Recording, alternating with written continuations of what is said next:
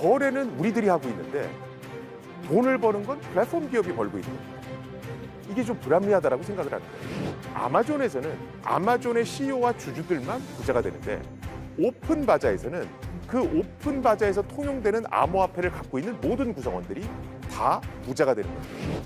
유튜브하고 똑같이 생겼죠. 그렇죠? 근데 블록체인 상에서 모든 것이 구동되기 때문에 그 누구도 검열할 수 없습니다. 암호화폐로 직접 보상받습니다. 이 스티밋 서비스가 나오고 나서 웹툰 작가들이 대거 스티밋으로 이동합니다.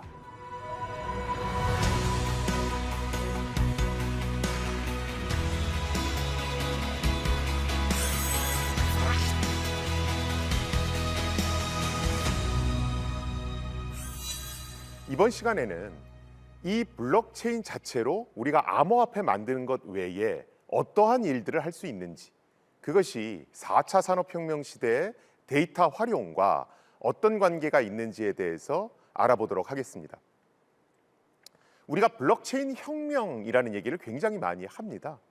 초창기에는 이 블록체인이라고 하는 것은 비트코인에서 위패를 만드는 것, 즉 암호화폐를 불법 복사해서 쓰는 것을 중앙의 관리기관인 은행 없이 사용자들이 힘을 합해서 통제하기 위해 만들어진 기술입니다. 자, 그런데 사람들이 블록체인을 잘 보니까 암호화폐를 만드는 것 이외에 여러 가지 장점들이 있는 거예요. 그래서 블록체인을 이용해서 다양한 응용 분야 소프트웨어를 만들어내기 시작합니다. 이것을 우리가 블록체인 혁명, 블록체인 레볼루션 이렇게 얘기를 하는 겁니다.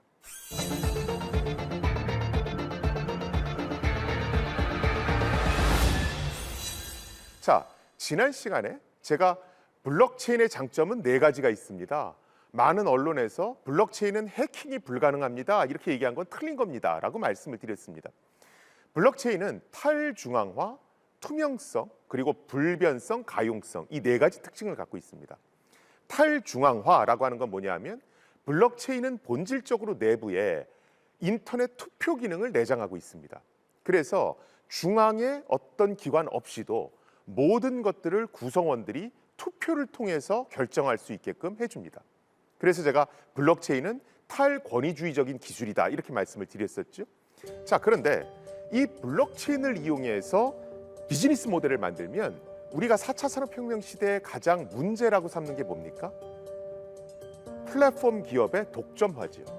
그렇죠? 그런데 블록체인은 중앙의 기관을 해체시켜서 모든 것을 투표로 결정할 수 있기 때문에 기존의 플랫폼 경제를 협동조합형 모델로 바꿀 수 있는 그런 잠재력이 있습니다.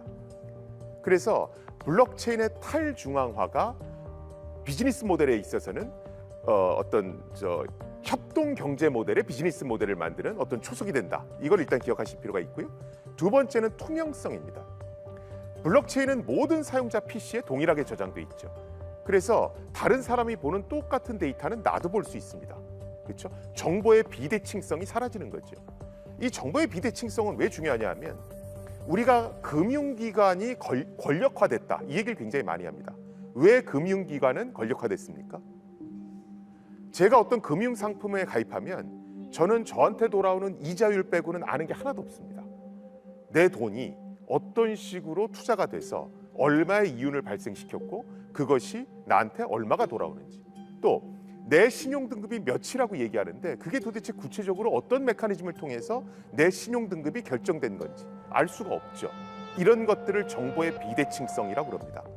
우리가 정보는 힘이라고 그러잖아요. 금융기관은 이 정보의 비대칭성, 즉 금융정보의 비대칭성에 있어서 갑의 위치에 있기 때문에 금융기관은 권력화돼 있다 이렇게 얘기를 하는 겁니다. 그런데 블록체인은 모든 정보를 사용자들이 투명하게 똑같이 저장할 수 있도록 하기 때문에 이 정보의 비대칭성을 해체시킬 수가 있습니다. 세 번째 특징이 불변성입니다. 일단 블록체인에 기록된 데이터는 원 저작자라 할지라도 그 데이터를 수정할 수가 없습니다. 그러다 보니까 우리가 보통 이런 얘기 많이 하잖아요. 말 바꾸네 뭐 이런 거. 그렇죠? 그래서 그런 어떤 말 바꾸는 행동을 없앨 수가 있습니다. 그리고 마지막이 가용성입니다. 똑같은 데이터가 여러 곳에 저장되어 있기 때문에 내 시스템에 해커가 들어서 데이터가 삭제되면 옆에 있는 사람 PC에서 동일한 걸 카피해 올 수가 있죠. 그래서 무중단 시스템을 만들 수가 있습니다.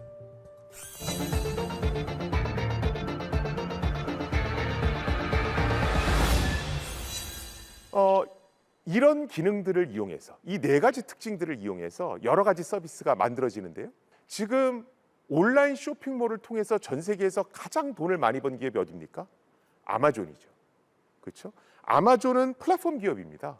자, 그런데 어떤 일이 벌어지냐면 아마존에서 물건을 사고 파는 당사자들은 그냥 물건을 사고 팔고 그냥 수수료를 내는 겁니다. 그런데 이런 사용자들이 많아지면 많아질수록 부자는 누가 됩니까? 아마존의 CEO와 주주들이 부자가 되죠. 그렇죠? 즉 거래는 우리들이 하고 있는데 돈을 버는 건 플랫폼 기업이 벌고 있는 겁니다. 이게 좀 불합리하다라고 생각을 하는 거예요. 그래서 나온 게 블록체인판 아마존입니다. 그게 오픈 바자라고 하는 거고요. 사용자들은 내가 팔고 싶은 물건을 블록체인상에 올려놓습니다.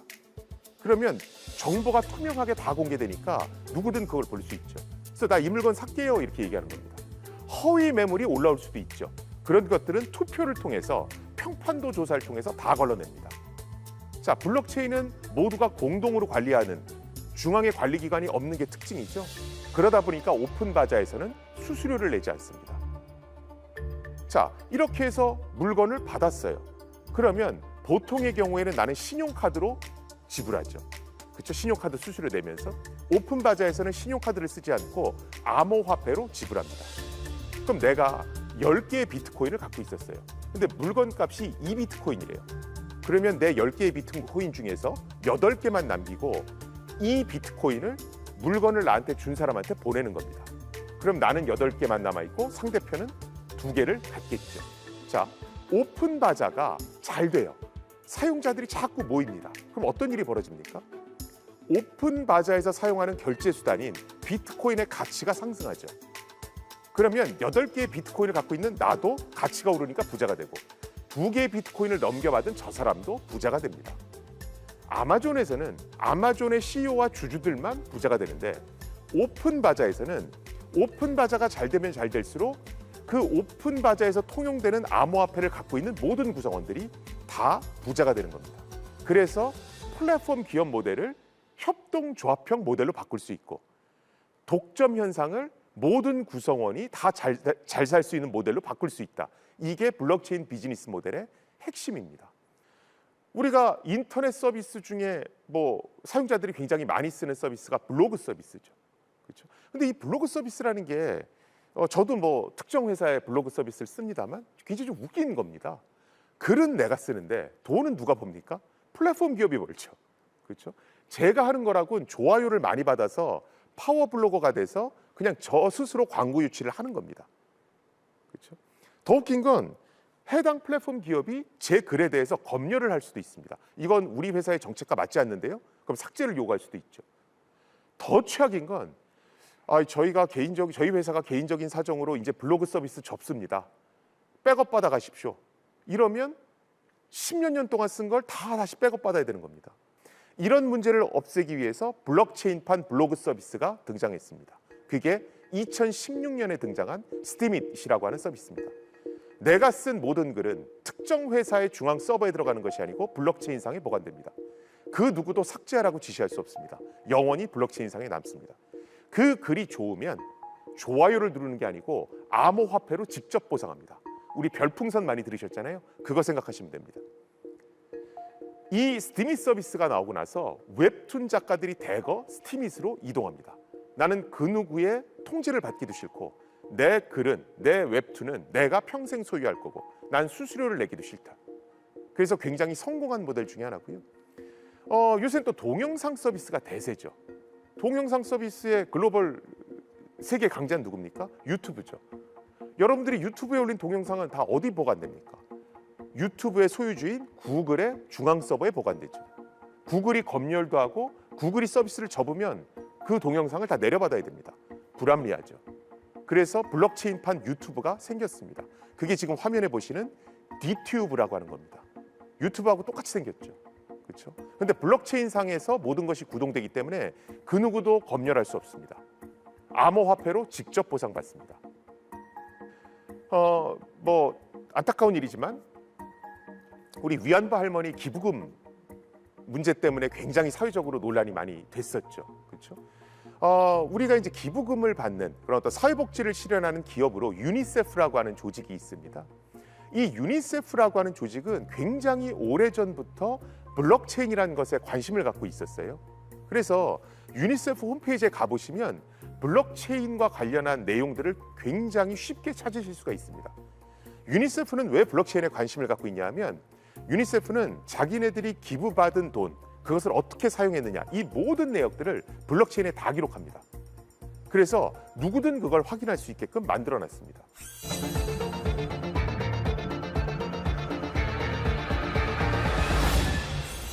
뭐 1차 산업혁명, 2차 산업혁명, 3차 산업혁명, 4차 산업혁명 얘기를 굉장히 많이 들으셨을 거예요. 제가 강의를 해봐도 1차, 2차, 3차 산업혁명이 뭔지를 다 얘기를 하세요. 굉장히 잘하십니다. 그런데 공통적으로 4차 산업혁명은 뭔가요? 이렇게 질문을 드리면 명쾌하게 그렇게 답하시는 분을 제가 뵙진 못한 것 같아요. 뭐 인공지능 얘기도 좀 하시는 것 같고 빅데이터 얘기도 좀 하시는 것 같고 차이점은 뭐냐면 3차 산업혁명은 이 정보화 자동화가 일부 지역에서만 일어나는 것, 이게 3차 산업혁명입니다. 4차 산업혁명은 이 정보화 자동화가 사회 모든 영역에서 일어나서 시너지 효과를 내는 것, 이게 4차 산업혁명입니다. 자, 이렇게 들어서는 확 안 와닿으시잖아요. 4차 산업혁명의 대표적인 사례가 스마트 제조입니다. 스마트 매뉴팩처링이라고 얘기하는 거고요. 지금 화면에서 보시는 저런 것입니다. 미국에서 가장 신경을 많이 쓰고 있는 거고요. 자, 우리가 지금 모든 음식이라든가 자동차 이런 것들은 전부 다 스마트 디바이스를 이용해서 부릅니다. 또 나는 스마트워치를 차고 다니면서 내가 돌아다니는 동선들이 다 기록돼요. 즉 이런 각종 스마트 기기를 이용해서 내 하루의 삶의 패턴이 전부 다 수집됩니다. 이 데이터들이 클라우드라고 하는 공간에 차곡차곡 쌓이죠. 업체는 이 클라우드에 쌓인 데이터를 가져다가 인공지능 분석, 빅데이터 분석을 합니다. 그럼 이제 어떤 걸 알 수 있습니까? 어떤 지역에 사는 사람들이 몇 월 달에 뭘 좋아하는구나, 이걸 알 수가 있습니다. 그럼 그 정보를 공장에 보내죠. 그럼 공장에서 자동화된 로봇이나 센서들이 그 지역 사람들이 원하는 물건을 자동 생산합니다. 그것을 무인 택배 트럭에 실어서 그 지역으로 보내는 거예요. 자, 이 스마트 제조 시대, 스마트 매뉴팩처링 시대가 오면 어떤 일이 벌어지냐면 우리 무슨 마트라고 하는 것들이 모든 지역에 있는 게 다 똑같은 거 팔죠. 그렇죠? 그게 압구정동에 있건 안암동에 있건 부산에 있건 제주도에 있건 다 똑같은 걸 팝니다. 스마트 제조 시대가 오면 그 마트들이 다 다른 걸 팝니다. 왜? 그 계절에 그 동네 사람들이 뭘 좋아하는지 우리는 알고 있거든요. 이건 매스 커스터마이제이션, 맞춤형 대량 생산, 이렇게 얘기하는 겁니다.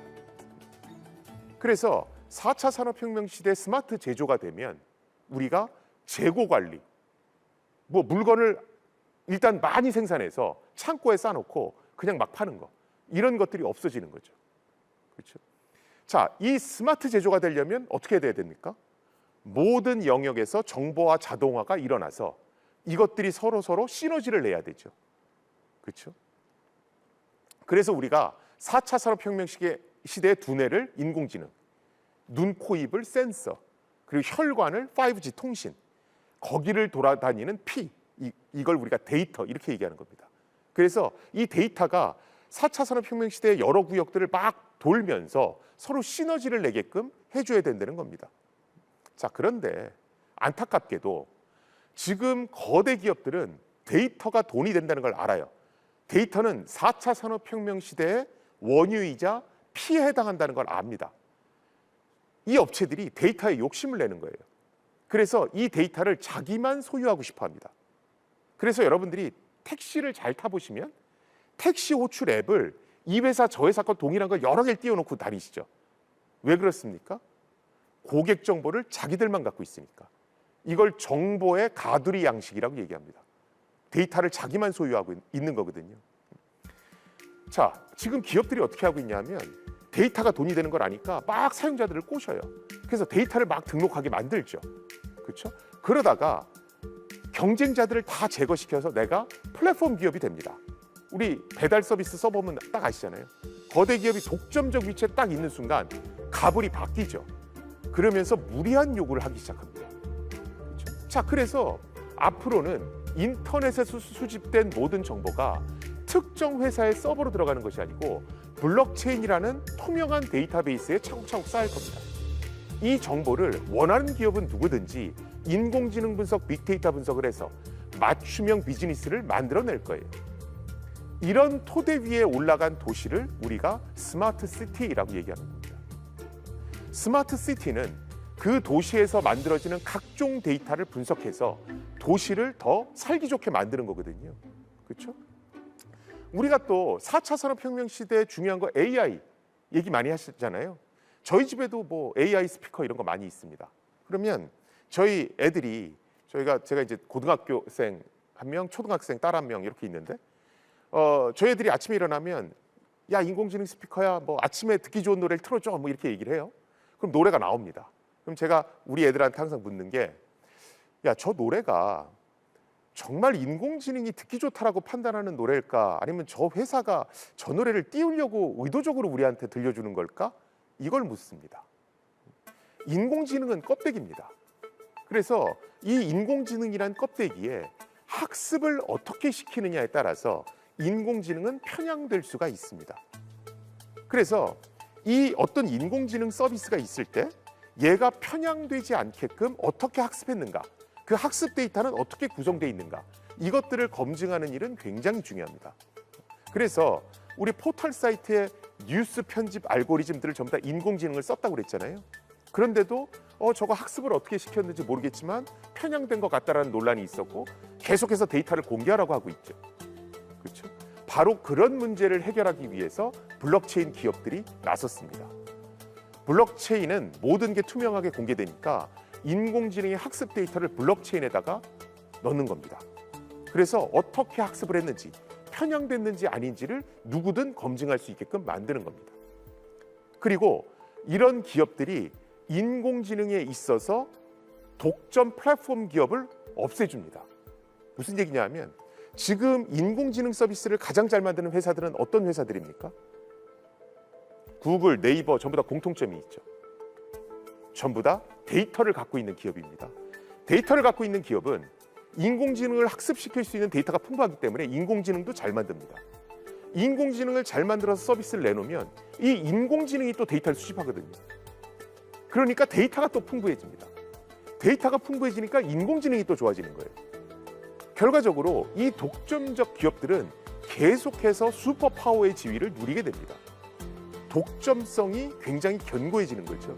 그런데 블록체인에 데이터를 다 넣어서 누구든 활용할 수 있게끔 하고 또 사용자들이 자신의 데이터를 블록체인에 등록할 때 인센티브로 암호화폐를 준다라면 이런 독점적인 어떤 데이터의 독점권, 그 다음에 어떤 이익 분배에 있어서 편향성, 이런 것들이 사라지게 되겠죠.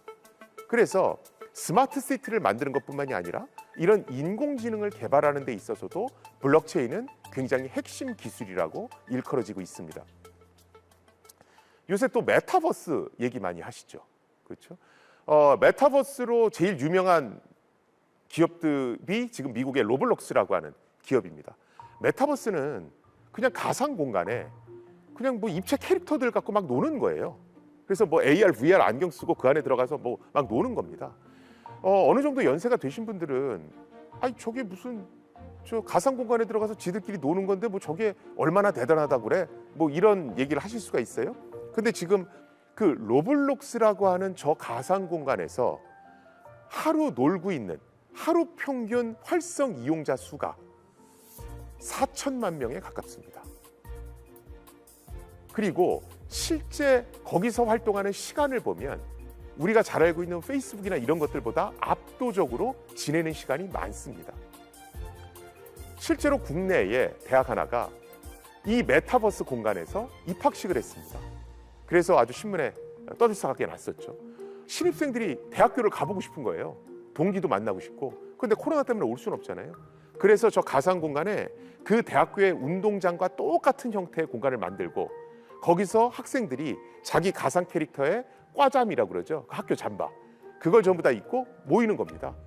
실제 여러분들이 메타버스 공간에 가보시면요, 거기에 상점도 있고요, 거기서 영화 촬영하는 애들도 있고요, 뭐 현실에 있는 모든 공간들이 메타버스 공간 안에 다 있다라고 보시면 됩니다. 메타버스라는 공간 안에서는요, 실제로 코인이 있습니다. 내가 거기서 잠바도 사고 그 공간에서 무슨 여러 가지 캐릭터도 살려면 코인으로 우리 지불해야 될 거 아니에요? 우리 도토리 같은 거 생각하시면 됩니다. 그런데 여기서 말하는 코인은 암호화폐는 아닙니다. 그런데 실제 암호화폐를 사용하는 메타버스도 나오고 있습니다. 그게 지금 화면에 보시는 샌드박스라고 하는 그런 회사 같은 것들이 암호화폐, 블록체인을 이용하는 메타버스 회사들입니다. 자, 암호화폐를 이용한다라는 건 뭐겠습니까? 실제로 가상공간과 현실이 연동돼 있다는 얘기죠. 그럼 어떤 일을 할 수 있을까요? 내가 가상공간에서 피자 가게에 가서 피자를 샀어요.